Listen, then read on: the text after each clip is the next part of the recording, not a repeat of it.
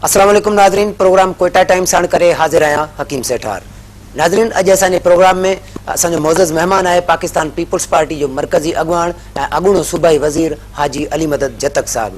असीं कोशिशि कंदासीं त पंहिंजे अॼोके प्रोग्राम में मुल्की जेका सियासी सूरत हाल जेका तेज़ीअ सां तब्दील थी रही आहे, ख़ासि तौर पनामा लीक्स जा जेके मामला आहिनि, उन खां पोइ पीपल्स पार्टी जेको मुखालिफ़ दौर में हिकिड़ो फ्रेंडली अपोज़िशन वारे इल्ज़ाम सां 3 साल गुज़ारिया, पर हाणे पीपल्स पार्टी पंहिंजो जेको रवैयो आहे उहो जारिहाना रवैयो जेको आहे उहो अख़्तियार करे वरितो आहे। परवेज़ मुशर्रफ जी मुल्क खां ॿाहिरि वञणु ऐं बाआसानी ॿाहिरि वञणु, सियासी पार्टियुनि पारां का बि जेको शदीद एहतजाज आहे उहो बि नज़र न अचणु, इन्हनि समूरनि मामलनि ते अॼु कोशिशि कंदासीं त असां हाजी अली मदद जतक सां इन हवाले सां तफ़सील सां गुफ़्तगू करे सघूं। अस्सलाम वालेकुम हाजी साहब। वालेकुम अस्सलाम। हाजी साहब, आसिफ अली ज़रदारी साहब 27 दिसंबर ते मोहतरमा जी वरसी में भी शिरकत न कई, 4 अप्रैल ते भुट्टो साहब जी वरसी जी तकरीब हुई, उन में भी शिरकत न कई। मसलो छा आहे? बिस्मिल्लाहिर्रहमानिर्रहीम। पार्टी जे अंदर या बाहर कोई मसलो ना है। इंसान आ, ज़रदारी साहब भी इंसान आ। इंसान बीमार थी वञे तो, तबीयत ख़राब थे तो, जॾहिं असांजो चेयरमैन बिलावल भुट्टो साहब ॿई प्रोग्रामनि में हाज़िर हुयो, ज़ाहिर आसिफ साहब पंहिंजो चेकअप जे लाइ आउट ऑफ कंट्री हुयो, हाणे भी आउट ऑफ कंट्री आहे। अहिड़ो कोई मसलो ना आहे। इंशाअल्लाह ताला आसिफ साहब जल्द ईंदो, इंशाअल्लाह ताला पार्टी प्रोग्रामनि में हिसो वठंदो।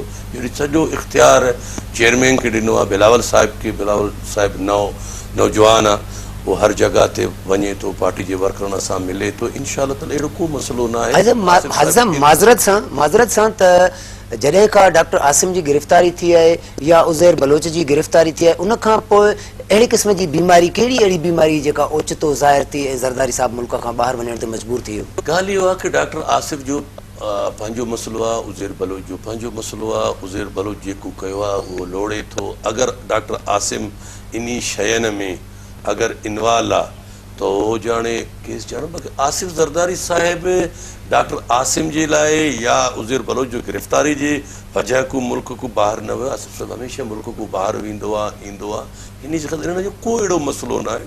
डॉक्टर आसिम ते बि उहो केसिंग कि तव्हां छो इस्पतालनि में दहशतगर्दनि खे सहूलियत ॾिनो। हाणे इस्पताल में कंहिंखे छा ख़बर आहे दहशतगर्द कीअं कीअं न आहे, तो ईअं अहिड़े तरीक़े सां त पोइ त दुनिया में अहिड़ा हो थी विया आहिनि। जेको मौजूदु आहे असांजो वज़ीर आज़म, इन जो अकाउंट को दहशतगर्दनि खे बि ॿुधण में पैसा शिफ्ट थी विया आहिनि।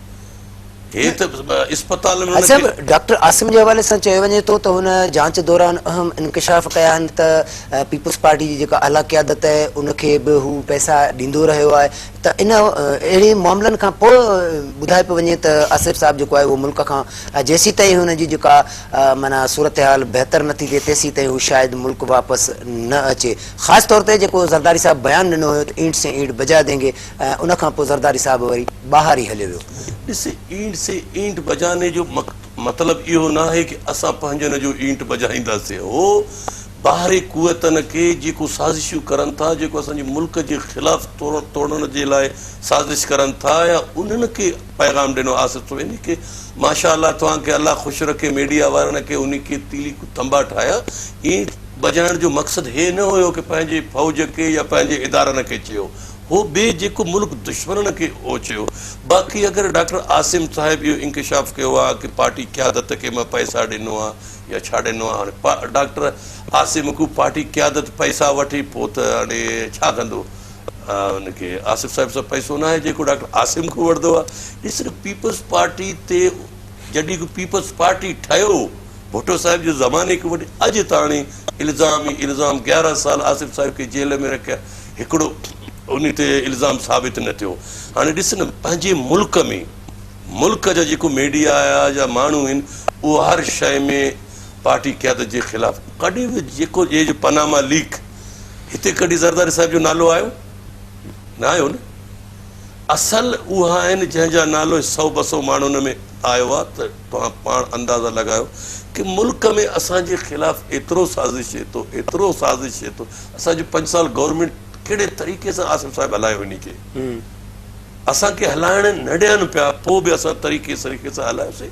इहे सभु ॻाल्हियूं आहिनि कि ज़रदारी साहिब बहानो करे नथो अचे न अहिड़ो कोई ॻाल्हि नाहे ज़रदारी साहिब जॾहिं शर्जील दिलि करे- इनाम मेमण बि ॿाहिरि आहे, शर्जील इनाम बि ॿाहिरि आहे, छा उहो फरार न आहे? ॾिस न शर्जील मेमण जो पंहिंजो मसइलो आहे। शर्जील मेमण अगरि ग़लति कयो आहे त नैब जो इदारो आहे उहो जांच करे। बेशक असां पाण पाकिस्तान पीपल्स पार्टी करप्शन जे ख़िलाफ़ आहे। हो सकता है अगरि उहो ग़लति कयो आहे त पंहिंजो रुकंदो। पर हाजी साहब पीपल्स पार्टी जूं ॿ हुकूमतूं शुरूआती जेके ॿ हुकूमतूं उन्हनि ते जॾहिं बर्ख़ास्त कयो वियो, जॾहिं उन्हनि हुकूमतुनि खे ख़तमु कयो त उन ते सभ खां वॾो इल्ज़ाम करप्शन जो ई लॻंदो हो। सर पीपल्स पार्टी मां तोखे चवां थो कि 1967 में जॾहिं पीपल्स पार्टी इन मुल्क में पीपल्स पार्टी जो नालो रखियो भुट्टो साहिब, उन ॾींहुं अॼु ताणी पीपल्स पार्टी ते इल्ज़ामी कोई इल्ज़ाम सबूत थियो आहे? हिकिड़ो इल्ज़ाम बि सबूत न थियो न। या आसिफ साहिब खे 11 साल जेल में रखियो, कोई सबूत थियो न थियो? ऐं करप्शन जे उन ते अॼु पानामा लीक में इंटरनेशनल मीडिया ते, दुनिया जी मीडिया ते ज़रदारी साहिब जो त नालो न आहे।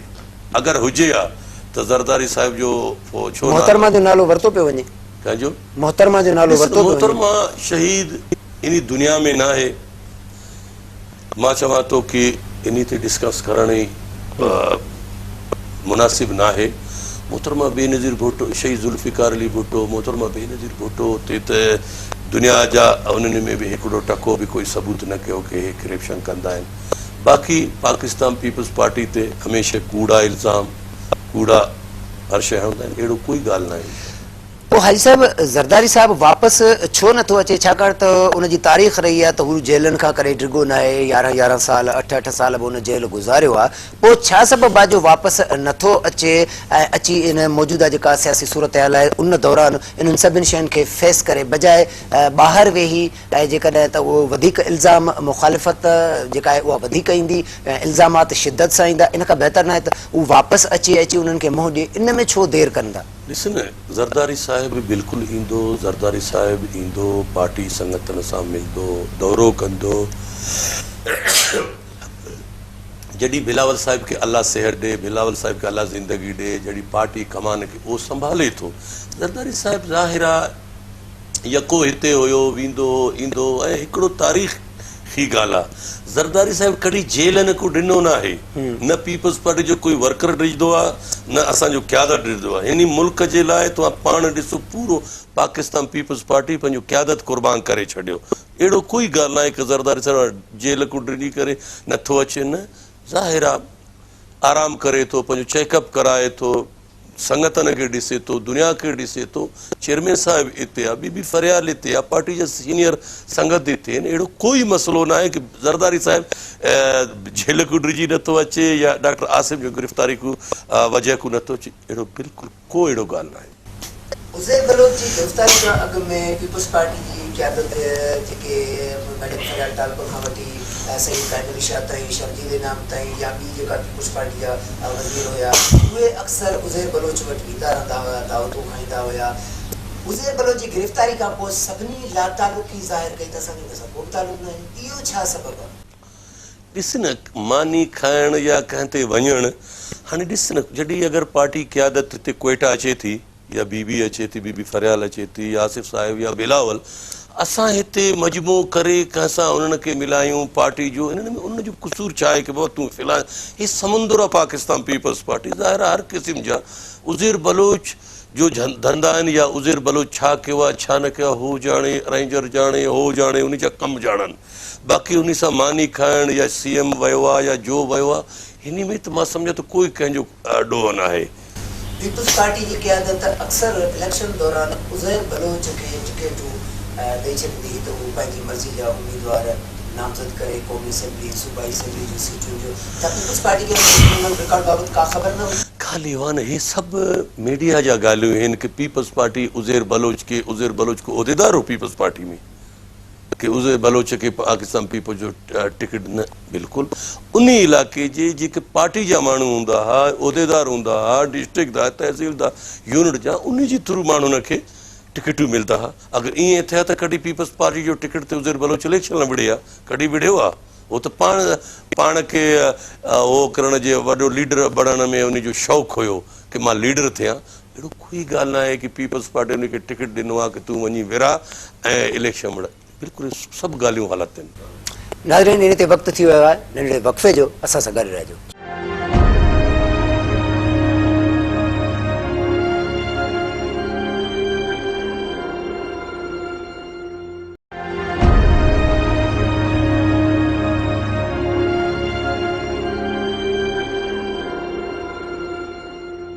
वक़फ़े खां पोइ प्रोग्राम कोयटा टाइम में भलीकार।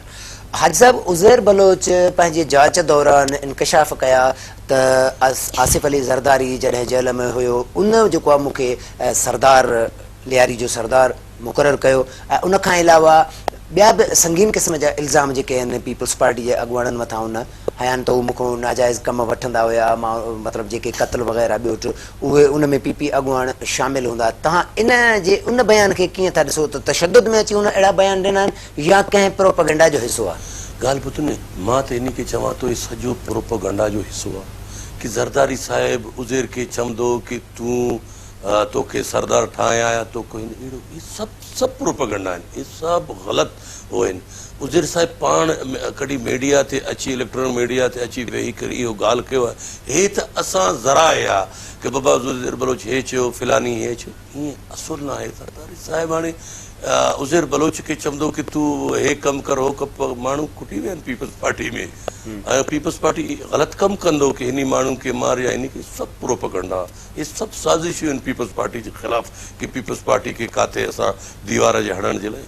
बिल्कुलु इन शइ खे असां क़तन बहैसियत हिकिड़ो वर्कर मां नथो माना कि अहिड़ो ॻाल्हि, इहे सभु प्रोपेगेंडा हो। अजब, पीपल्स पार्टी जो चेयरमैन त हिन वक़्तु बिलावल भुट्टो आहे, पर पीपल्स पार्टी पार्लियामेंटेरियन जो मखदूम अमीन फ़हीम खां पोइ आसिफ अली ज़रदारी खे उनजो सदर बणायो वियो। इन मामले ते जेको आहे पार्टी जे सीनियर अॻुवाणनि में का मायूसी पैदा न थी सघी आहे? न, बिल्कुलु असांजो मखदूम अमीन फ़हीम साहिबु असांजो प्रेसिडेंट हुयो, हाणे आसिफ साहिबु असांजो प्रेसिडेंट आहे। ॻाल्हि इहो आहे कि इहे पार्टी जा पंहिंजा फ़ैसिला आहिनि। पार्टी सुभाणे मूंखे ठाहे थो, तोखे ठाहे थो, कंहिं वर्कर खे ठाहे थो, इन में मायूसी जो ॻाल्हि ई न आहे। हाणे पूरे पाकिस्तान में तंज़ीम तहलील करे छॾियो, सुभाणे कंहिंखे बि ठाहे असांखे लबैक करे असांखे कमु करिणो आहे। इन में न कि छो असांखे उहिदनि जे पोइतूं त कोई बि पार्टी लीडर उहिदनि जो पोइतूं भॼे ई नथो।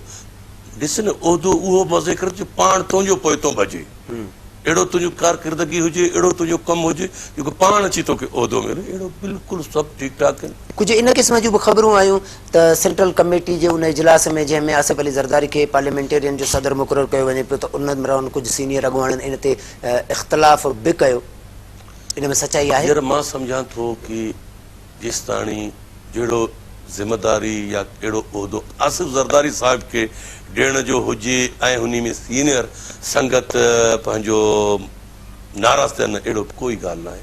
न असां अंदरूं ॿुधाऊं न ॿाहिरि ॿुधाऊं, बिल्कुलु हे जेका ज़राए आहिनि हे त बसि वॾा भला आहिनि कि हीअं थियो, हीअं थियो, ईअं न आहे। जेकॾहिं यूसुफ रज़ा गिलानी आहे या राजा परवेज़ अशरफ आहे, सीनियर अॻुवाण आहिनि, पर जेकॾहिं उन्हनि मां कंहिंखे पार्लियामेंटेरियन जो चेयरमैन बणायो वञे हा त उहो बहितर न हुयो, छाकाणि त सीनियर अॻुवाणनि में ते भरोसो त करे सघिजे या किथे भरवसे जो ई मसइलो हो, जंहिंजे करे पार्टी जी चेयरमैनशिप जेको आहे आसिफ अली ज़रदारी खे हिकु ई ख़ानदान में, हिकु ई घर में ॿिनि पार्टियुनि जी क़यादत अची वई। ॻाल्हि इहो आहे कि हे जिते सीसी जो मीटिंग थींदो आहे, जेका बि सीनियर उहिदेदार आहिनि, जेका बि सीनियर अॻुवाण आहिनि, उहे पाण वेही करे इहो तजावीज़ ॾिनो कि आसिफ साहिब खे इन जो ज़िमेदारी ॾियणु खपे। त आसिफ साहिब बि लभे कि आसिफ साहिब पाण त न चयो कि मूंखे तव्हां पार्लियामेंट जो सदर ठाहियो, ही पाण संगत एतमाद आहे हिकिड़ो पंहिंजे लीडरशिप ते। हे न कि हिकिड़े घर में पार्टी आहे, पार्टी जो वाली वारिस आहे, तूं बि वारिस आहे, मां बि वारिस आहे, मगर उते ई वेही करे सीसी सेंटर कमेटी में वेही करे इहा जेका बि संगत आहिनि, जेका सीनियर संगत आहिनि, उहो पाण चए आसिफ साहिब खे ज़िमेदारी। अच्छा जी, मोहतरमा फरियाल टालपुर साहिबा जे हवाले सां चयो वेंदो आहे त उनजी जेका पार्टी अंदरि वधंदड़ मुदाख़लत आहे, इन सां जेको पार्टी चेयरमैन आहे उहो कुझु वक़्तु नाराज़ बि हुयो। ॻाल्हि उहा, इहो सभु ईअं हवा में फेरिंग आहिनि। मोहतरमा फरियाल तालपुर तो ख़बर आहे, एतिरो पार्टी जे लाइ क़ुर्बानियूं उन जा, ठीकु आहे, ॾींहुं राति महिनत करे तो, कॾहिं नवाब शाह, कॾहिं शिकारपुर, कॾहिं हेॾे कॾहिं हेॾे, 24 घंटा वेठी आहे, हो वर्कर 24 घंटा पंहिंजे ॿार बच्चन खे टेम नथो ॾे, पार्टी खे ॾे थो। किथे बि फरियाल मुदाख़िलत कयो आहे। असां अदी जा ख़ासि माण्हू मुदाख़िलत खे त कॾहिं बि असां अदी करे ॾिठो की बाबा इन सूबाई गवर्नमेंट में मुदाख़िलत कयो या उहिदे में मुदाख़िलत कयो या इन शइ में, अहिड़ो कोई ॻाल्हि आहे। इहे माण्हुनि जा अफ़वाह आहिनि, जेका सियासी यतीम आहिनि अहिड़े क़िस्म जा अफ़वाह फैलाईंदा। जीअं मीर मुनवर तालपुर ते कंहिं क्रेप्शन कयो आहे, हीअं कयो। मीर मुनवर तालपुर ख़ानदानी पैसे वारो आहे, ख़ानदानी वॾो ज़मीदार आहे, ठीकु आहे। उहो इहे सभु जेका बि सियासी यतीम आहिनि अहिड़ा साज़िशूं, अहिड़ा अफ़वाहूं हलाईंदा, हिते ईअं थियो, हिते ईअं थियो, हिते अहिड़ो कोई ॻाल्हि न। अक्सर ईअं ॾिठो वञे थो त जेकॾहिं 27 डिसंबर या 4 अप्रैल जा जेके लाड़काणे में इवेंट थियनि था गॾु ख़ुदा बख़्श में, उन में जेकॾहिं पार्टी चेयरमैन बिलावल भुट्टो साहिबु अचे थो त उन्हनि प्रोग्रामनि में आसिफ अली ज़रदारी साहिबु न आहे, जेकॾहिं आसिफ अली ज़रदारी साहिबु आहे त उन्हनि प्रोग्रामनि में बिलावल भुट्टो साहिबु न आहे। त इन सां हिकिड़ा शक पैदा थींदा आहिनि त छा उन्हनि विच में का पार्टी मामलनि ते मतिलबु के अंदरूनी इख़्तिलाफ़ात त न आहिनि? ॾिस न सेठर साहिब, पार्टी में पाकिस्तान पीपल्स पार्टी पूरो पार्टी क़यादत कुर्बान करे छॾियो। कुछ अहिड़ा बि फ़ैसिला हूंदा आहिनि कि असां ॿई पार्टी क़यादत या ॿई लीडरनि खे हिकु जॻह ते, असां वर्कर या सीनियर संगत नथा चाहियूं कि तव्हां हिकु जॻह ते हो करो, कॾहिं हो अचे कॾहिं हो अचे, ठीकु आहे। वॾो असांजो नुक़सानु थियो आहे पीपल्स पार्टी जो। भुट्टो साहिब काथे आहे, बीबी काथे आहे, मुमीर मुर्तज़ा काथे आहे, शाहनवाज़ काथे, हज़ारे वर्कर असांजा विया। हो सकता है पार्टी जी जेका सेंट्रल कमेटी जो मेंबर आहे तक़रीबन 3-4 चकर त मां उते उन प्रोग्राम में मौजूदु थियो आहे, जेको बिलावल साहिब बि मौजूदु थियो आहे, आसिफ साहिब बि मौजूदु थियो। जॾहिं आसिफ साहिब प्रेसिडेंट पाकिस्तान जो, बिलावल साहिब ॿई प्रोग्राम, बीबी जा प्रोग्राम, भुट्टे साहिब हर वरसी ते 27 दिसंबर ते 4 अप्रैल ते गॾु हूंदा। हाणे असां ॾिस न अहिड़ो बि हिकिड़ो तरीक़ो हूंदो आहे कि असां चवंदा हिकु चकर हो हुजे, हिकु चकर हो हुजे, हिकु जॻह ते असां वॾा नुक़सान कया। ऐं दुनिया जा जेके मुल्क दुश्मन तंज़ीमूं आहिनि, चाहे जेको बि आहे, सभु मां सम्झां थो कि अवल टारगेट पाकिस्तान पीपल्स पार्टी आहे। ज़ाहिर असां बि एहतियात करूं था। हाजी साहिब, परवेज़ मुशर्रफ बाआसानी जेको आहे मुल्क खां ॿाहिरि हलियो वियो, इन अमल खे तव्हां कीअं था ॾिसो? इन सवाल खे त मौजूदा गवर्नमेंट ऐं मौजूदा वफ़ाक़ी वज़ीर दाख़िला खे करणु खपे कि छो उन खे छॾियो।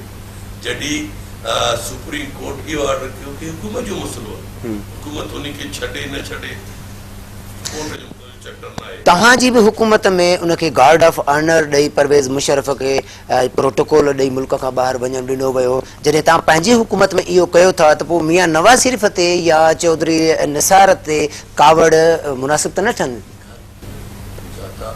असांजी गवर्नमेंट मुल्क जो प्रेसिडेंट रहियो आहे, उन टाइम में जॾहिं गार्ड ऑफ ऑनर इन खे ॾियो त कहिड़ो प्रेसिडेंट, कहिड़ो वज़ीर आज़म निगरान हुया? अञा ताईं न आसिफ साहिब दौरान सदर हुयो, न मुंहिंजे ख़्याल में वज़ीर आज़म गिलानी साहिब हुयो। निगरान उन खे करे मोकिलियो, उन खां बाद त हर शइ ठही।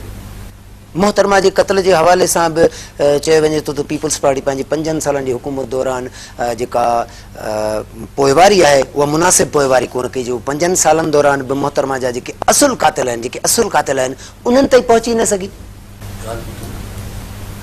इल्ज़ाम मुशर्रफ ते बि आहे बीबी जो, मगर जेसिताणी मां हिकिड़ो वर्कर, मां बीबी जा जेतिरा बि क़ातिल सभु मारिजी विया, सभ खे मारे छॾियो पाकिस्तान पीपल्स पार्टी जो।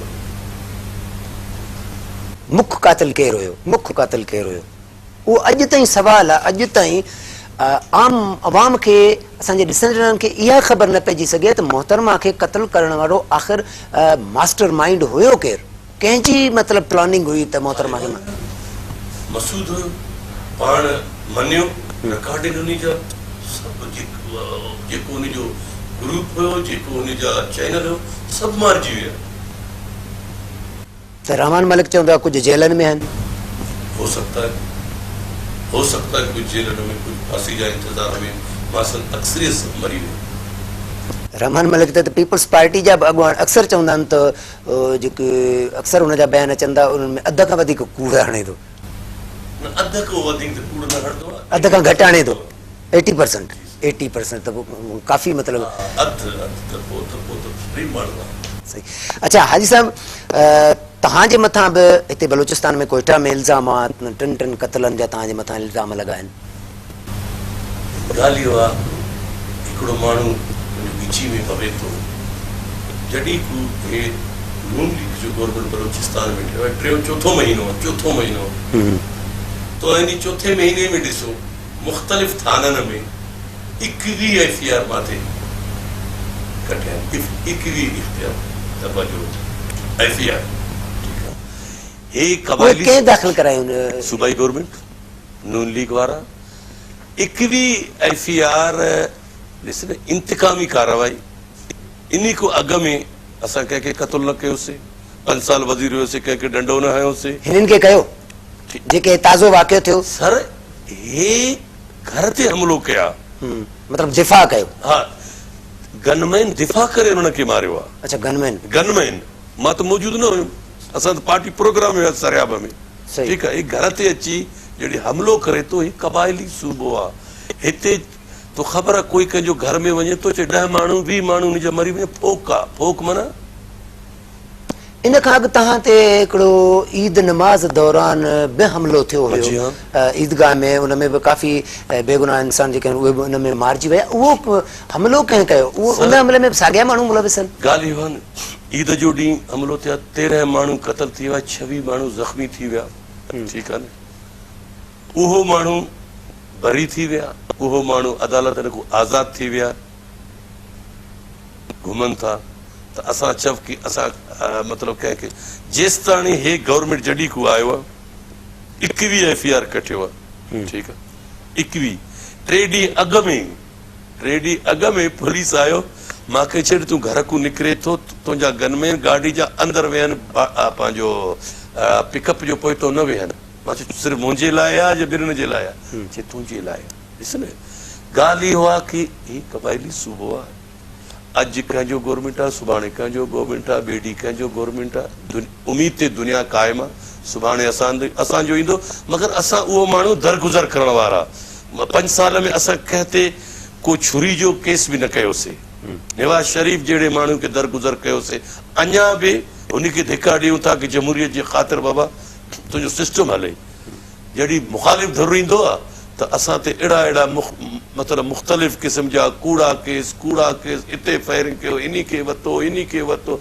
ज़ाहिर आहे बलूचिस्तान में जेका जाली नवाब जाली सरदार आहिनि, हू नथा चाहिनि की को हिकिड़ो मिडल क्लास जो वर्कर उठी करे हिन जो मुक़ाबिलो करे। ऐं हुनखे ख़बर न आहे, हे बेवकूफ़ माण्हू आहिनि की पाकिस्तान पीपल्स पार्टी जो जेको वर्कर आहे न, उहो सिवा अलाह को बाक़ी कंहिं को घबराइण वारो न आहे, न कंहिंजो चुर्त सां हणंदा आहियूं की हे नवाब खे को 4 कन न हूंदा आहिनि या नवाब खे को 4 पेर न हूंदा आहिनि, सभु बराबरि आहिनि। ठीकु आहे, उनखे इज़त अलाह ॾिनो आहे, अलाह पाक उनखे ॾे। बाक़ी एक कबाइली सूबो आहे, डट के मुक़ाबिलो कंदासीं इंशाअल्लाह अल्लाह जो हुकुम सां। असां ज़ियालकू न ॾिनासीं, मुशर्रफ जो मुक़ाबिलो कयोसीं, वर्कर यहया ख़ान जो, अयूब ख़ान जो, हर हुकूमत जो मूंखे कुझु बि न आहिनि। हे ईअं ई बर्फ़ वांगुरु पिघरी ख़तमु थी वेंदा इंशाअल्लाह ताला। नाज़रीन, इन ते वक़्तु थी वियो आहे नंढड़े वक़फ़े जो, असां सां गॾु रहिजो।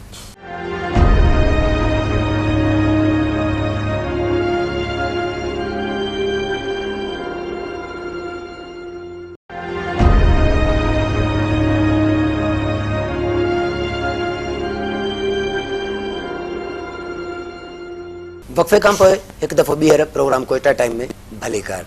हाजी साहब, पनामा लीक्स जा वॾा इंकशाफ थिया आहिनि, वज़ीर आज़म जे ख़ानदान ते इल्ज़ाम लॻा आहिनि, उनखां पोइ पीपल्स पार्टी जो जेको रवैयो आहे उहो बि जारिहाना थी वियो आहे। 3 साल त फ्रेंडली अपोज़िशन जे इल्ज़ाम हेठि पीपल्स पार्टी हली, हाणे हिकदमि जेको आहे जारिहाना रवैयो अख़्तियार कयो आहे पीपल्स पार्टी पारां। इन पनामा लीक्स खे तव्हां कीअं था ॾिसो पिया? ॾिस न, पीपल्स पार्टी जारिहाना अंदाज़ न आहे, पीपल्स पार्टी जो हे हक़ आहे।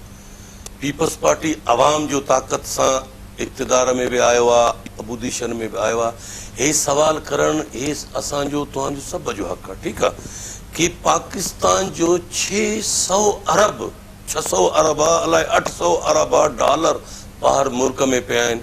ऐं उन ते गुमनाम हिकिड़ो कंपनी जे नाले ते कारोबार करनि था, चवंदा आहिनि कि पंहिंजो मियां साहिबु चवे थो कि पुटण जो कारोबार आहे। छा 93 में इन जो पुट इहो क़ाबिल हुयो कि एतिरो पैसो शिफ्ट करे ॿाहिरि मुल्क में कारोबार करे थो? अहिड़ो इल्ज़ाम अगरि पाकिस्तान पीपल्स पार्टी ते थिया, अहिड़ो इल्ज़ाम आसिफ अली ज़रदारी ते थिया, हे त दुनिया खे मथे ते खणा, ॾिसो पीपल्स पार्टी ईअं करे थो, पीपल्स पार्टी ईअं करे थो। करप्शन तो असल रिकॉर्ड त हे तोड़िया आहिनि। हिन जो हिसाब करणु खपे अवामी अदालत में, हिन जो हिसाब थिए कि एतिरा पैसा, एतिरा कर्ज़नि असां ते एतिरा पैसा चोरी करे खणी करे कर्ज़नि ते मुल्क हलाए ॿाहिरि मुल्क में शिफ्ट करे कारोबार करनि था। तोखे मांखे ग़रीब खे दहकान खे मज़दूर खे चवंदा आहिनि तूं नस्वार ते बि टैक्स ॾे, मगर पाण अरबे खरबे डॉलर ॿाहिरि मुल्क में शिफ्ट करे सिर्फ़ु टैक्स चोरी करण जे लाइ। त बिल्कुलु पीपल्स पार्टी खे ऐं बाक़ी सियासी पार्टियुनि जो इहो फर्ज़ु आहे, इहो मिली करे हिन जो तहक़ीक़ात कराइनि। हे पैसा छो असांजो मुल्क जो ॿाहिरि विया आहिनि, माण्हू असांजो बुख मरनि था, हे अरबे खरबे डॉलर वञी ॿाहिरि चोरी करे। इहा जांच या तहक़ीक़ कंहिंखां कराइण घुरिजे? छो त पीपल्स पार्टी फरमाइश करे थी, मुतालबो करे थी त रज़ा रब्बानी जेको चेयरमैन सेनेट आहे उनजे सरबराही में कमेटी जोड़ी वञे। हुकूमत चवे थी त जेको आहे सरमद जलाल उस्मानी जेको रिटायर्ड जज साहिबु आहे उनजे सरबराही में कमेटी जोड़े थी, त उन जेका जस्टिस सरमद जलाल उस्मानी जी सरबराही में कमेटी जोड़े थी, उन ते पीपल्स पार्टी छो एतिराज़ करे थी? ॻाल्हि इहो आहे न कि चोर खे हिकिड़ो चोर वठी हथ में ॾे कि बाबा इन को तूं तहक़ीक़ात कर। चोर कॾहिं चोर को तहक़ीक़ात कराईंदो न तो कराईंदो न, हू त जज आहे, जज आहे, रिटायर जज आहे। रिटायर इन जजनि त मुल्क जो हालात ईअं कया। अहिड़ा 3-4 जजनि जा नाला आहिनि जेका नवाज़ शरीफ़ जे हक़ में फ़ैसिला ॾिना, कंहिंखे सेनेटर ठाहियो, कंहिंखे मुशीर ठाहियो, कंहिंखे छा ठाहियो। हे बि अहिड़ो उन जो कड़ी आहे। बिल्कुलु जेको मुतालिबो पाकिस्तान पीपल्स पार्टी करे थो कि पंहिंजो चेयरमैन सेनेट रज़ा रब्बानी साहिब को हिन जो तहक़ीक़ात करणु खपे, 2-3 माण्हू ॿिया विझनि। अहिड़े चोर खे इमरान खान चवे थो त मौजूदा जेको चीफ जस्टिस आहे उनजे सरबराही में कमेटी जोड़ियूं, जेको मौजूदा चीफ जस्टिस आहे हाज़िर सर्विस जेको आहे उनजे। इमरान खान जो त ॻाल्हियूं ईअं आहिनि, हो सियासत खे बि रांदि सम्झियो आहे, हुन जा पंहिंजा ॻाल्हियूं आहिनि। उहो त ॻाल्हि इहो हो, हुन जो मर्ज़ी आहे, वो हिकिड़ो पार्टी जो सरबराह आहे, वो पंहिंजो पार्टी खे लीड करे थो। असां पंहिंजे पार्टी जी पॉलिसी जे मुताबिक़ हलूं था। जेको पार्टी फ़ैसिलो इहो कयो आहे कि चेयरमैन सेनेट जो सरबराही में इन को तहक़ीक़ात थिए, बहसीत हिकिड़ो वर्कर, मां चवां थो तहक़ीक़ात बि चेयरमैन सेनेट जो थ्रू।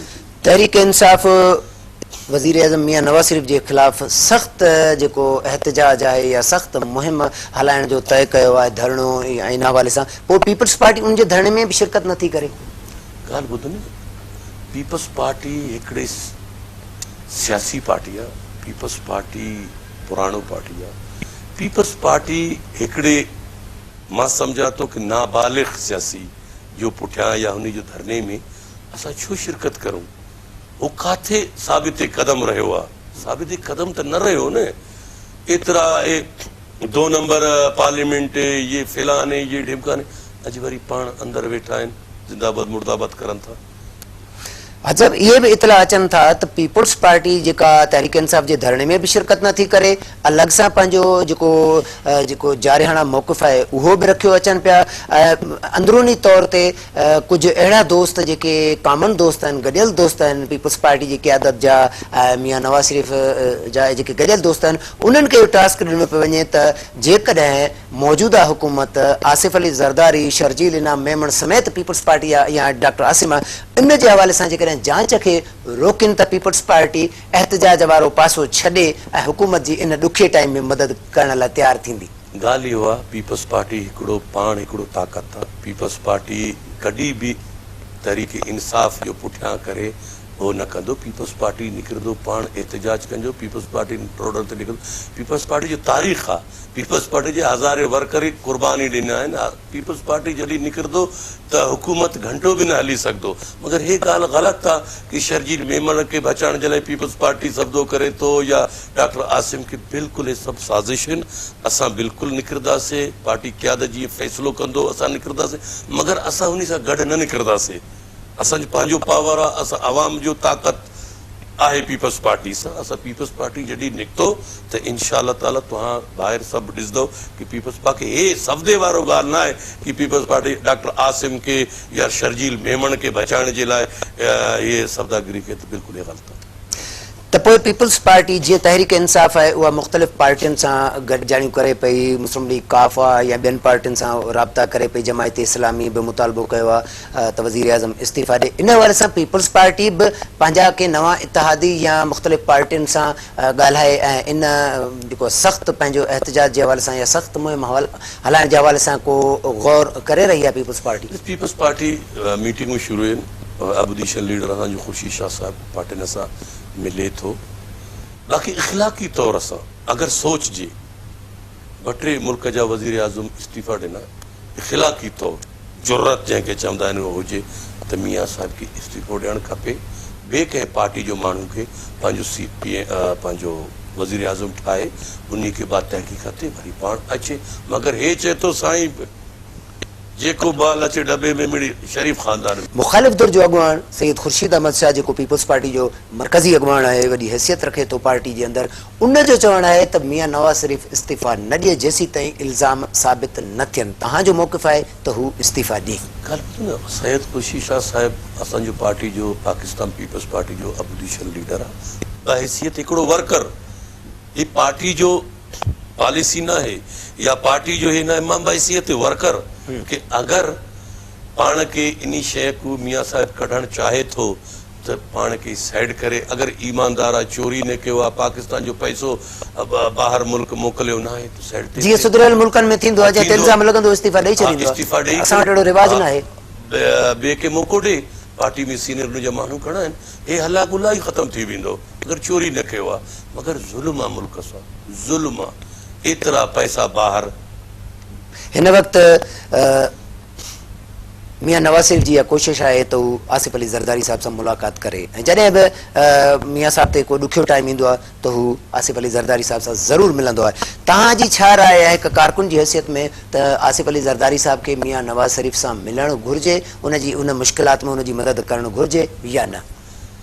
हिकु त ॻाल्हि इहो आहे कि ये दुनिया खे ख़बर आहे कि आसिफ़ साहिब जो शागिर्दी करणु खपे मियां साहिब खे, कि आसिफ़ साहिब उनखे जेको सम्झायो कि अकल कर, हे तरीक़ो कार आहे। ॿियो तुंहिंजो सुवाल जो जवाबु इहो आहे, इहो ॾियां थो कि आसिफ़ साहिब खे अहिड़े माण्हुनि सां मुलाक़ात करणु न खपे, बिल्कुलु न खपे। छो? उहो चवंदा आहिनि न मुंहं में राम राम एॾो छुरी हणंदा आहिनि, हे मियां ख़ानदान अहिड़ो आहे, ठीकु आहे न, बिल्कुलु मुलाक़ात न करणु खपे उन सां, का मदद न करणु खपे। अच्छा जी, हिन वक़्तु पार्टी चेयरमैन बिलावल भुट्टो ज़रदारी साहिब जेको आहे सूबाई जेके पार्टी जी जेको तनज़ीम साज़ी आहे उन सॼे खे मुअतल कयो आहे ऐं नए सिरे सां तनज़ीम साज़ी जे हवाले सां हिकिड़ो हुनजो हुकुम जारी थी चुको आहे। बलूचिस्तान में इन हवाले सां का वाज़े सरगर्मी नज़र न पई अचे त बलूचिस्तान में पार्टी मुहिम कहिड़े रफ़्तार सां हले पई? आया सूबाई क़यादत जेका तव्हांजे अॻु में मीर सादिक उमरानी जी सूरत में मौजूदु आहे उहो ई उनखे ई सूबाई सदर रहणु घुरिजे या थोरी तब्दीली पार्टी अंदरि हिते अचणु घुरिजे बलूचिस्तान में? ॻाल्हि इहो आहे, इहो त सुठो फ़ैसिलो कयो बिलावल चेयरमैन साहिबु असांजो 4 सूबनि जो तनज़ीम खे तहलील करे 5 रुकनी कमेटी ठाहियो आहे। अञा बलूचिस्तान ख़ैबर पख्तूनख्वा जो न थियो आहे, बिल्कुलु बहितरीनु थियो। पार्टी खे फ़ाल करिणो आहे त तनज़ीम नओं करिणो आहे, सुठा नौजवाननि खे असांखे अॻिते आणिणो आहे।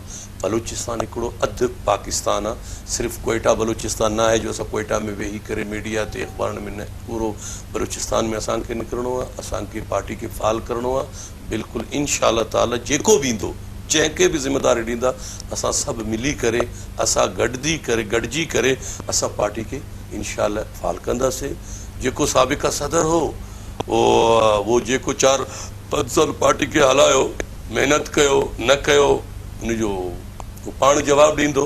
बाक़ी जेको बि ईंदो उहो वरी पंहिंजो पाण जवाबु ॾींदो। और मूंखे इहो उमेदु आहे कि जेको बि नओं संगत ईंदो, जेको बि नौजवान ईंदो, उहो पार्टी खे इंशाअल्लाह ताला 6-7-8 महीने जो अंदरि बलूचिस्तान में हिकिड़ो मज़बूत ऐं फ़ाल पाकिस्तान पीपल्स पार्टी ठाहींदो। तव्हां नई जेका सूबे जी क़यादत थींदी, पार्टी क़यादत, उनखे इहो मशवरो ॾींदा त जेके पार्टी जा सीनियर अॻुवान हाजी लश्करी रेसाणी या ॿिया टे जेके काफ़ी हुन सां गॾु पार्टी छॾे हलिया विया, उन्हनि खे वापसि पार्टी में आणण जे हवाले सां का अहिड़ी मुहिम हलाईंदा? अहिड़ी तव्हां का राय ॾींदो पार्टी अंदरि त उहे जेके सीनियर अॻुवान छॾे विया आहिनि उहे उनखे वापसि आणण जी पार्टी में? ॾिस न, सीनियर तव्हां छा के चवंदा हो? सीनियर अॻवान, सीनियर जेको ज़िंदगी पंहिंजो पार्टी जे लाइ क़ुर्बान करे, असां त उन खे सीनियर चवंदा आहियूं। हिकिड़ो माण्हू 5 साल इक़्तिदार में रही खाई पी वज़ारत आला सनेटर सूबाई सदर अर्शे, उन खां बाद पार्टी के मुसीबत जो टाइम छॾी वञे, वरी ॿिए पार्टी में, वरी टियों पार्टी में, उन खां बाद बि असां उन खे सीनियर चऊं, पोइ त असां पोइ सीनियर जो तोहीन थींदो आहे कि असां अहिड़े माण्हुनि खे, मौक़े परस्त माण्हुनि खे जेको सूबे ताणी महदूद हुया, सूबे ताणी महदूद हुया, उन्हनि खे पाकिस्तान पीपल्स पार्टी नेशनल लेवल ते लीडर ठाहियो, पीपल्स पार्टी सूबाई सदर ठाहियो, भाउ खे वज़ीर आला ठाहियो, पाण खे सनेटर ठाहियो, ऐं अलाए छा छा पीपल्स पार्टी हुन जे लाइ न कयो न। उन खां बावजूद बि अगरि हो पीपल्स पार्टी के मुसीबत जो टाइम के ज़रदारी जहिड़े शख़्सियत खे छॾे करे त वरी नून लीग में वञे, नून लीग खे छॾे, उहो नून लीग जेको सनेटरी जो टिकट न ॾिनो, त अहिड़े माण्हू खे सीनियर चवणु न खपे।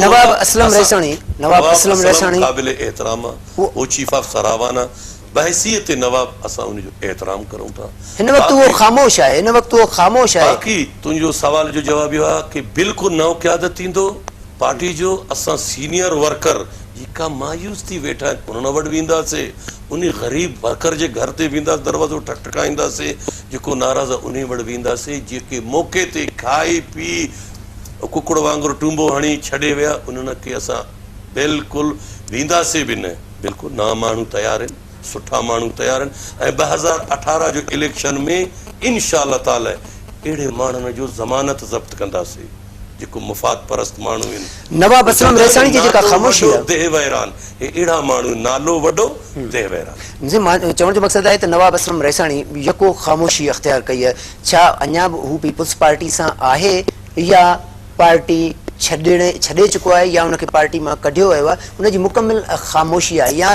तव्हां कारकुन जेके आहे उहो उन सां केतिरे क़दुरु राब्ते में आहियो? ॻाल्हि इहो आहे, न हुन खे कढियो वियो आहे न हो छॾियो आहे।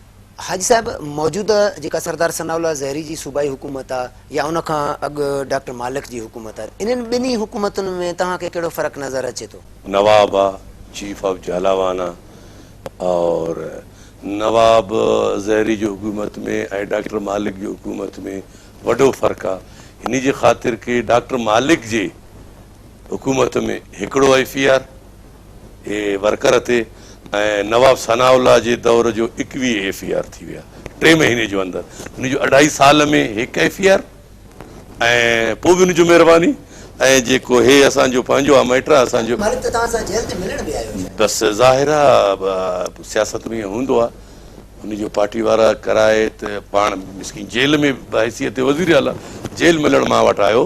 बहरहाल हे जेको हे असांजो मैटर बि आहे, बहरहाल पंहिंजो 21 IFR 22 IFR माशाअल्लाह हिन 4 महीने में जेको सूबाई नून लीग जो हुकूमत ठाहियो आहे, पोइ अञा हिननि जो साल 2 आहिनि, पोइ हिननि खे 50 ते करनि, हो सकता है सेंचुरी या 50, हो छा चवंदा आहिनि उनखे क्रिकेट जे ज़ुबान में 50 उहो पुॼाईंदा उनखे। मां ख़बर आहे कंहिं बि शइ ते काथे न काथे, तूं कराची में हुज, हिते को केले को स्लिप करे किरी वञे त IFR हिन ते कटो। साहब तव्हांजी वॾी महिरबानी, तव्हां असांजे प्रोग्राम कोयटा टाइम में शिरकत कई। नाज़रीन, इन ते प्रोग्राम कोयटा टाइम जो वक़्तु पंहिंजी पुॼाणी ते पहुतो। अॼोके प्रोग्राम में असां सां पाकिस्तान पीपल्स पार्टी जो मरकज़ी अॻवान ऐं अॻूणो सूबाई वज़ीर हाजी अली मदद जतक जेको आहे उन असांजे प्रोग्राम में शिरकत कई, ऐं इन खां अलावा पाकिस्तान पीपल्स पार्टी जो मरकज़ी अॻवान सां खां सवाइ जेको आहे हिकु कारकुन जी हैसियत में या उन खां अलावा जेको आहे अॻूणो सूबाई वज़ीर बि रहियो आहे। हिन वक़्तु संदसि इहो चवणु हुयो त मौजूदा हुकूमत में मथसि 22 FIR दाख़िल कयूं वियूं आहिनि। नाज़रीन, तव्हांखे प्रोग्राम कोयटा टाइम कीअं लॻो, पंहिंजी राय खां ज़रूरु आगाह कंदा। पंहिंजी कैमरा टीम सां गॾु हकीम सेठार खे ॾींदा इजाज़त। ईंदड़ प्रोग्राम ताईं अल्लाह वाही।